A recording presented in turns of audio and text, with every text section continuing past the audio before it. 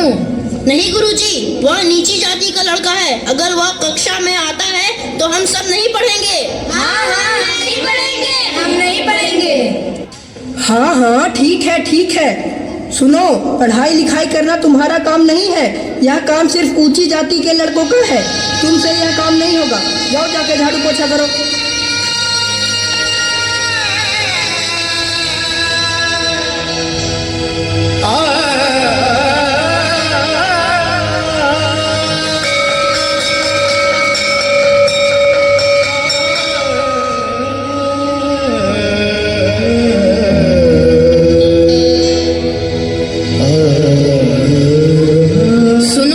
मुझे भी प्यास लगी है, थोड़ा पानी पिला दो, भगवान की मेहरबानी होगी। ए महार जाति का लड़का, तुम यहाँ क्या कर रहे हो? यहाँ तुम्हारी जगह नहीं है। चलो निकलो यहाँ से।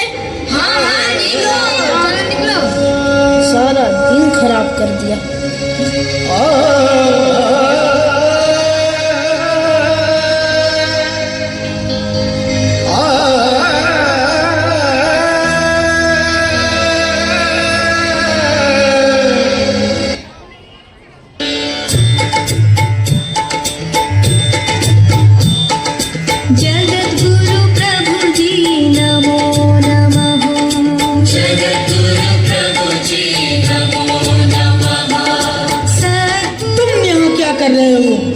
पंडित जी, मुझे भी भगवान का दर्शन करना है, मुझे भी आशीर्वाद लेनी है।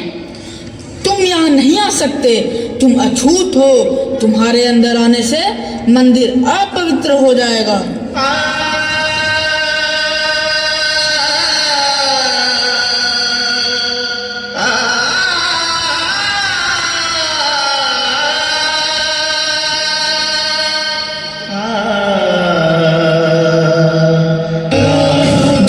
अंबेडकर ने अपने जीवन में बहुत से ऐसे कष्ट सहे, लेकिन कभी भी अपने शिक्षा को प्रभावित नहीं होने दिया।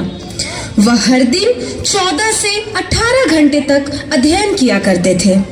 शिक्षा के प्रति उनकी ललक और जी तोड़ मेहनत का ही परिणाम था कि बड़ौदा के शाहू महाराज जी ने उन्हें उच्च शिक्षा के लिए इंग्लैंड भेज दिया था। लंदन प्रवास के दौरान वे हर रोज लाइब्रेरी में जाया करते थे और घंटों पढ़ाई किया करते थे।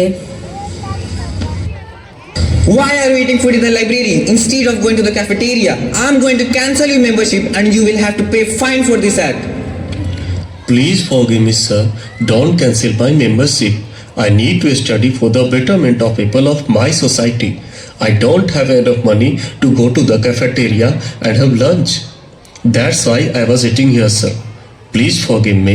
I need to continue my study. Oh my goodness, you are there for such a great cause. Listen brother, from today onwards you will not eat here in the library. Instead you will come to the cafeteria. I will share my lunch with you every day. Thank you, sir. Thank you so much. Why do you always study? You never go anywhere to have some fun, as many do here. If I will have fun, then who will take care of my people? इसके बाद बाबा साहब भीमराव अंबेडकर ने Europe के भिन्न भिन्न विश्वविद्यालयों से 4 विषयों में पीएचडी की उपाधि हासिल की।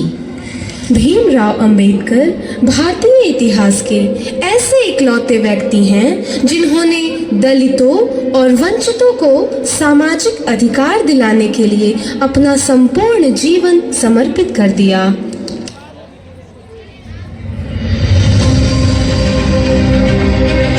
हम आदि से अंत तक भारतीय हैं। महात्मा आए और चले गए, परंतु अछूत अछूत ही बने हुए हैं।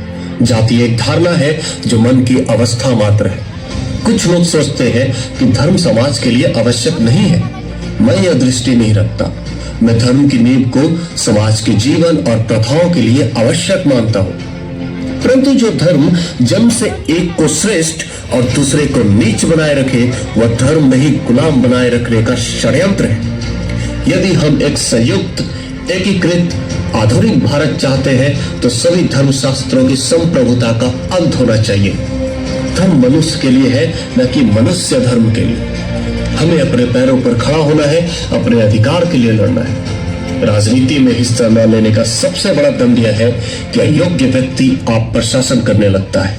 मैं राजनीति में सुख भोगने नहीं बल्कि अपने सभी दबे कुचले भाइयों को उनके अधिकार दिलाने आया हूं। ज्ञान हर व्यक्ति के जीवन का आधार है। शिक्षा महिलाओं के लिए भी उतनी ही जरूरी है जितनी पुरुषों के लिए। मैं बहुत मुश्किल से इस कारवां को इस स्थिति तक लाया हूं। यदि मेरे लोग, मेरे सेनापति इस कारवां को आगे नहीं ले जा सके तो पीछे भी मत जाने देना। बाबा साहब भीमराव अंबेडकर की जय। बाबा साहब भीमराव अंबेडकर की जय। मेरे नाम की जय जयकार करने से अच्छा है मेरे बताए हुए रास्ते पर चलें। धन्यवाद।